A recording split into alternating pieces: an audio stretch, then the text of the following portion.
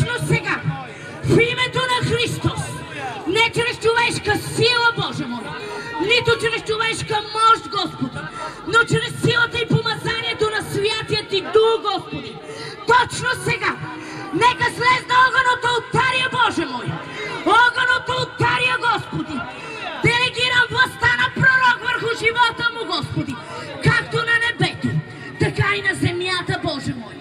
Каквото и ще да излезне срещу него, Боже мой, той има пълната власт, Господи, дадена от Теб, Господи, както на небето, Боже мой, така и на земята, Господи, чрез пророк, Боже мой, чрез апостол, Господи, Отче, в името на Христос, нека ново помазание, Господи, нека помазание на пророк, Боже мой, нека служебно помазание на пророк, Господи, се влее в духът му, Господи, защото когато, Господи, идва пророческия дух, Господи, той е дух на откровение, Боже мой, той е дух на истина, Боже мой.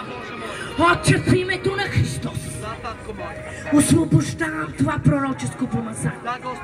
Делегирам това пророческо помазание, Боже мой, и го обявявам както на небето, така и на земята, Господи, че той е Твой пророк, Господи. Той е Твой пророк, Боже мой. Той е Твой пророк, Боже мой. Както извика Моисей, Боже мой, така извикваш Илия, Господи. Така извикваш Илия, Боже мой. От пастирско помазание го въвеждаш пророческо, Господи. Отче, в името на Христос, аз го благославям, Боже мой. Благославям Твоя пророк, Боже мой. И освобождавам тази власт върху него, Боже мой. Освобождавам това пророческо измерение върху духът му, Господи.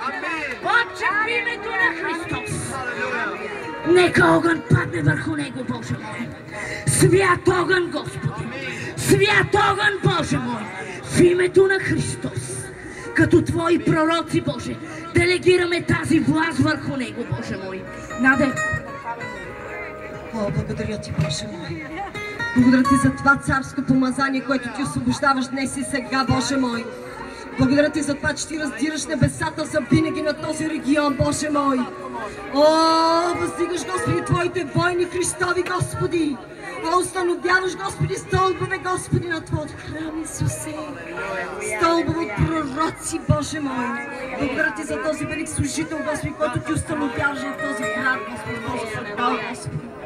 Благодаря Ти за нова съдба в този регион, Господи. Благодаря Ти за това, че блудницата се завръща и става, Господи, свята жена на Исус. Благодаря Ти за това, че Ти му се доверяваш, Отче Святи. О, ние го признаваме като Твой пророк, Господи, установяваме и делегираме, Господи, това помазание, както на небето, така и на земята, Исус. Нека да тича, Боже мой, да не се уморява, Отче Святи. Аз Ти благодаря, Боже мой, за това, че земята ще се покорява под Неговите нозе, Господи. И Той ще дава плодът си на време, Боже мой, чрез духът и сърцето Ти, Исус. В името на Исус. Да, Господи! Да, Господи! Ти чрез моите сестри пророци, Ти написа, Господи, на неговото сърце. Ти написа пророческата съдба в този регион и град, Ботевград. Ти написа, Боже. И точно сега подпечатвам, Боже, подпечатвам тази пророческа съдба, подпечатвам това пророческо служение върху пастор Илия, като пастор и пророк на град Ботевград. И точно сега, Господи, тръпнете си малко ръцете. В името на Отца. О, халелуя! В името на Исус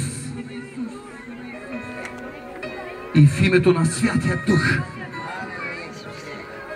Боже, ние оформяме съгласие.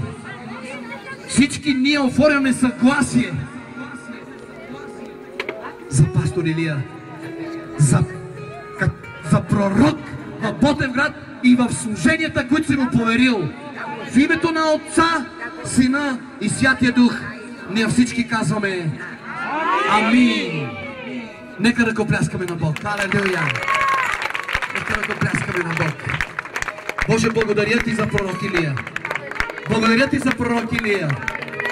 Всеки, който го благослови, ще бъде благословен